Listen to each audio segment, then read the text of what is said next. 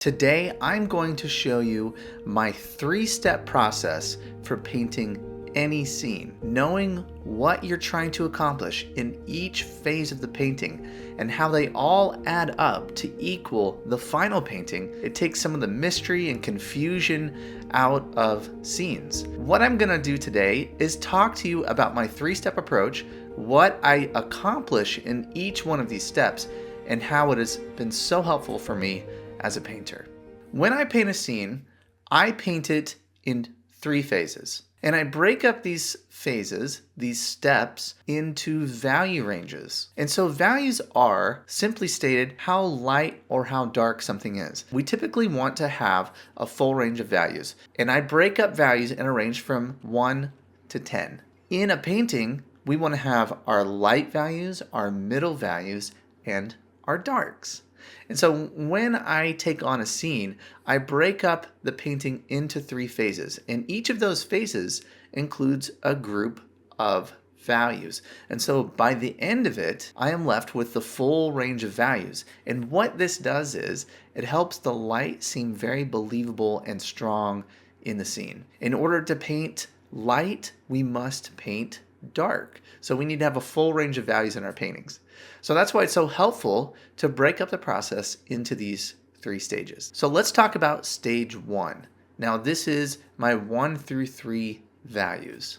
I'm looking at the scene and I'm painting in all the lightest values around the scene. And I do this in a wet into wet wash. And I'm painting onto a wet piece of paper and I'm letting those colors blend and merge onto the paper. So before I start painting in this first phase, I wet down the back of the paper and the front of the paper. And I like wetting both sides of the paper down because it takes longer to dry and it gives me more time to think through the individual colors and light values around the scene. I'm not looking to have a lot of hard edges in this first stage, so painting wet into wet really helps that out. So in phase 1, I'm thinking light and soft wet into wet painting. After I lay in my lightest values of the scene, I'm letting my paper dry. After the paper is dried, this is when I'm ready to go into phase 2, painting the middle values of the scene. Now, this is one of the harder parts of the scene because I'm squinting, I'm looking at the large shapes of the scene, and I'm determining what is in middle value, and I'm trying to paint that in a large connected way. Painting from a wet edge and working my way methodically around the scene and trying to paint this in a very connected way. And what that does in painting in this connected way is it brings this big unified shape to the painting. And it is so much more pleasing to the eye to see that big unified shape. The painting reads really well up close, it reads really well from a distance.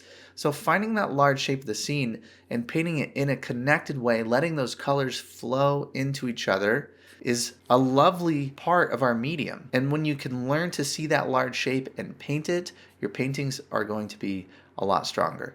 Now, admittedly, this is the most challenging part of the painting process, is learning to see that middle value shape and paint that on the paper. And a couple strategies for painting this middle value shape. First, squint at your painting. Removing color information and simplifying that scene by squinting and blurring it a little bit with your eye can help you see that larger shape better.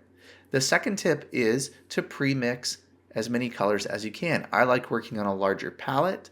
It gives me more mixing space. And what this allows me to do before I start painting this large middle value shape is I can pre-mix a few of the first colors that I'm going to need.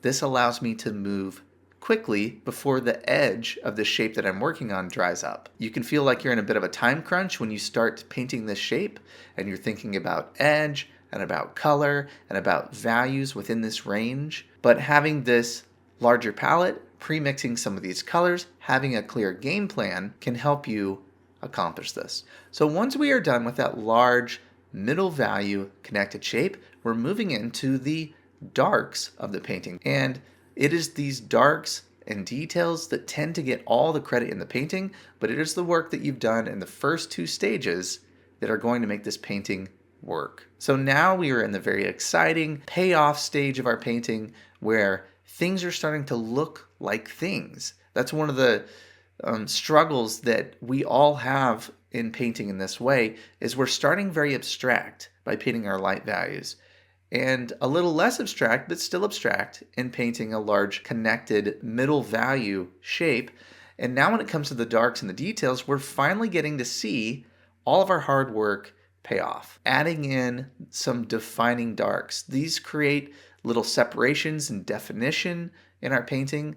We are bringing the final amount of contrast into the scene. We are seeing the light start to really appear in our painting. And it's quite a payoff when you've done your drawing, your light values, your middle values, and now finally your darks and your details. The whole scene is coming together in this stage of the painting.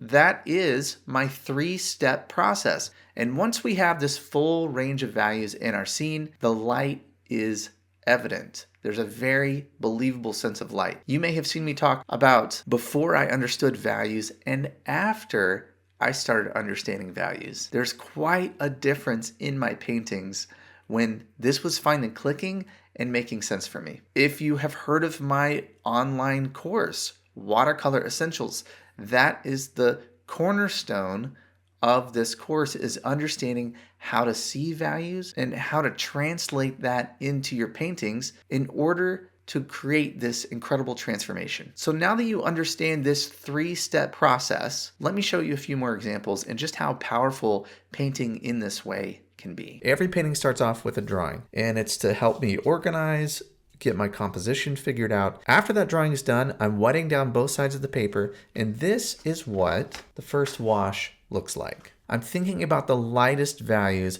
and I'm letting all of that flow together in this nice wet into wet wash on the paper. Overall, thinking about the light of the scene and what areas are going to be left behind in my next wash. Then we are into the middle values. And this is the large connected shape of the middle values here. So I laid in the light of the building in the first wash. I'm painting around that in the second wash, and that includes these background trees right into the spire, into these buildings, right into these trees, and then into the shadow shape. All of that in one connected middle value wash. Now after I'm done with that, that's when I paint the darks and the details of that scene.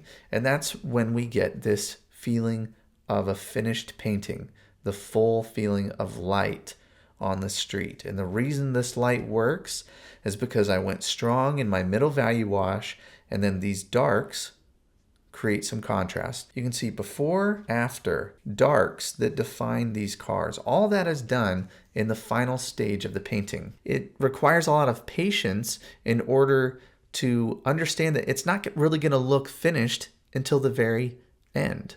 Here's a landscape scene. I did a simple drawing, painted my light values, and then the middle value shape, and then the darks in this scene. And here's this neighborhood scene. I lay in a simple drawing for the scene, and here is a look at my first wash. So really pushing the light in this first wash. Go darker in that first wash than you think you need to, because the paper's wet, it's going to dry quite a bit, and when it dries, it fades a little bit. And if we really want brilliant, strong light, even from the start, we need to keep that in mind and push the values of our first wash to make that light appear. I added a little more value into the sky. It needed a little more definition and interest. I re-wet part of my paper to get that soft edge, and then I connected all of this defining value in this middle value phase of the painting. Then after that, I painted the darks and the details of the scene. And it's these darks that really push that light and make it believable. Those broken edges against the sunlight, the defining darks on this house, and all of that brings it together. So if we can really think through the painting in these stages, it makes it way less complicated. And in the end, we're left with paintings that have a full range of values that really makes the light feel believable in our scenes. Have you ever been really excited about a painting and you get all set up, you find that right reference that you're excited about, and then it's time to go and you feel lost? You just are having a hard time finding consistency. Some of your paintings turn out, some of your paintings don't turn out, and you're not really sure why. Well, I have a free resource that I want to give to you today that can help with these problems. My 5 steps to plan a successful watercolor painting. I walk you through the crucial planning phase of your painting that will help you understand what you're going to paint first, second, and third. The planning is really so important, especially in watercolor. This medium is harder to correct. It's so immediate. So having that plan is very important. I send you a PDF that you can download. And the great thing about this is you can have it on your phone, you could print it out, and you can take a look at these crucial planning steps before you start each painting to ensure that you're thinking through these important things as you get started. You can download this right now before you start your next painting. All you have to do is follow this link here and download my 5-step guide to planning a successful watercolor painting.